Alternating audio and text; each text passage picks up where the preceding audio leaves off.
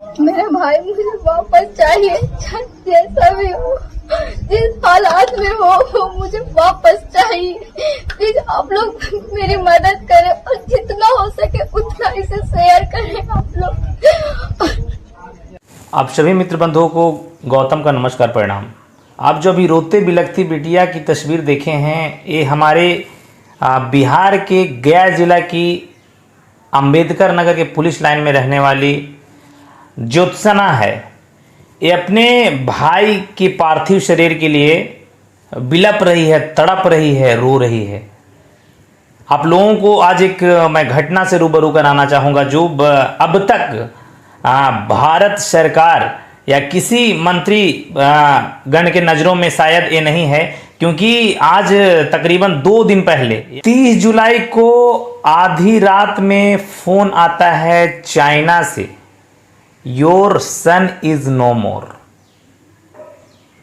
सुनिए इस शब्द और इस लाइन को सुनने के बाद उस बाप को, उस मां को, उस बहन को क्या गुजरा होगा।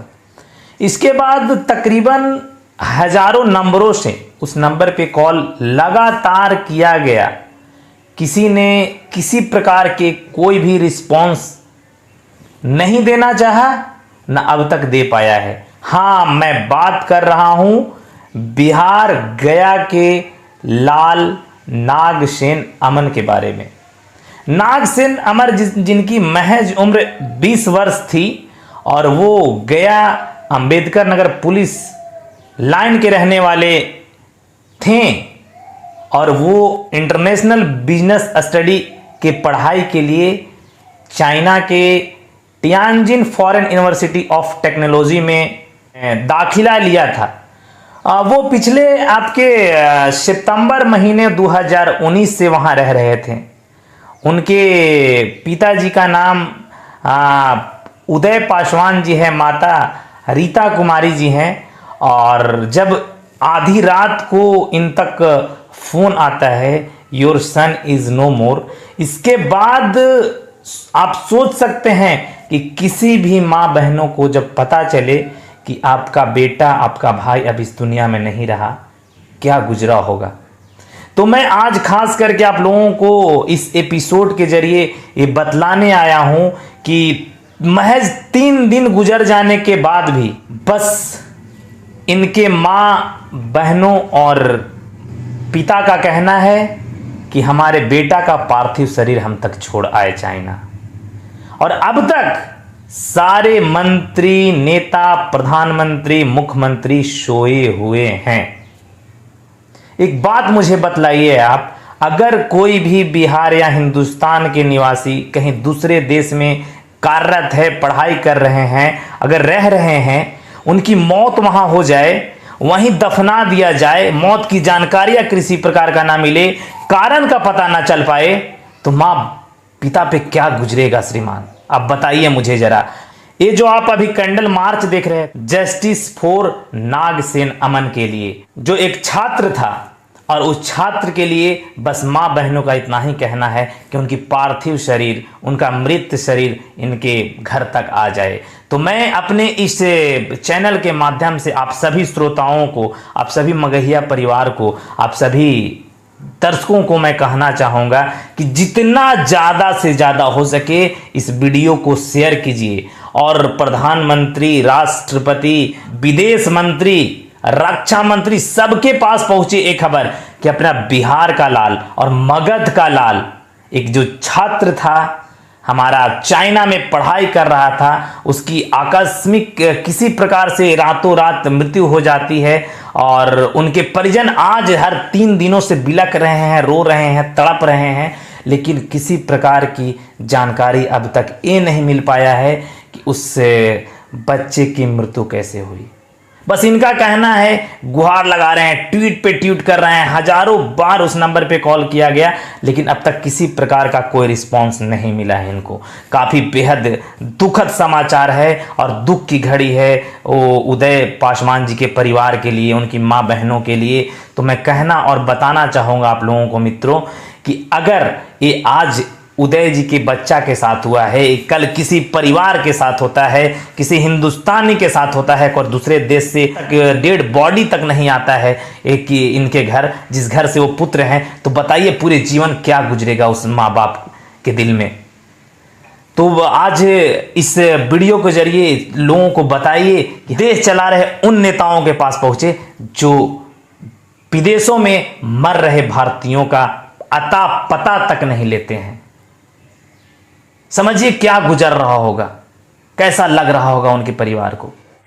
नमस्ते and hello everyone, my name is Nagsen Aman. ये जो अभी आप वीडियो देख रहे हैं, यही है नागसेन अमन की वीडियो। कुछ दिन पहले का वीडियो है, जो अपने सेल्फी वीडियो के जरिए कुछ बोल रहा है और कुछ कह रहा था, और जो बिलखती नजर आई आपको शुरुआती वीडियो में, वो इनकी बहन ज्योत्सना थी। घर के इकलौते लाल थे। इनके पिताजी 3 भाई हैं सगे, 3 भाइयों का इकलौता लाल था। आज घर की दिया तक बुझ गई है।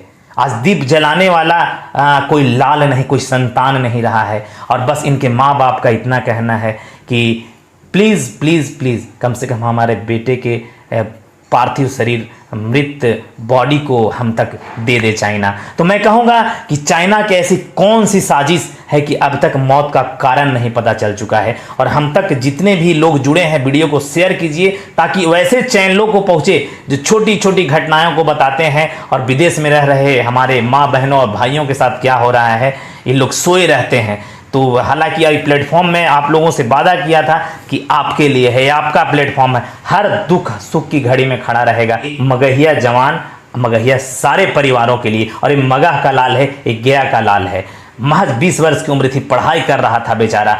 आधी रात में फोन आती है, किसी प्रकार का कोई घटना का मतलब सूचना तक नहीं मिला कि मृत्यु हुई कैसे। इनके माँ बहनों का कहना है कि वो बिल्कुल स्वस्थ था, कोरोना का दोनों डोज टीका ले चुका था, वो किसी प्रकार की बीमारी नहीं थी। हमारे 23 जुलाई के रात्रि तक हम सबों की बात हुई है उससे। अटेंडम 30 जुलाई को पता एकाएक चलता है कि अब इस दुनिया में हमारा भाई, हमारा बेटा नहीं रहा। बताइए क्या गुजर रहा होगा उस परिवार के साथ। तो मैं कहूँगा कि जितने भी हमारे इस वीडियो, इस माध्यम के साथ जुड़े हैं मगहिया परिवार, सबसे रिक्वेस्ट और विनती करूँगा कि आपके घर के बेटा का सवाल है श्रीमान, कम से कम ना एक ट्वीट कीजिए, उसमें पीएम नरेंद्र मोदी को कीजिए, राजनाथ सिंह को कीजिए, विदेश मंत्री को कीजिए, अमित शाह को कीजिए, सबको ट्वीट कीजिए श्रीमान। कि कम से कम मुख्यमंत्री जो अभी सोए हुए हैं बिहार के, उनको भी कीजिए, नीतीश कुमार जी को, कम से कम उस बेटा के पार्थिव शरीर इंडिया मंगाए और इन माँ बाप को कहे जो होना था सो हो गया। इनके माँ बाप का कहना है, बहनों का कहना है,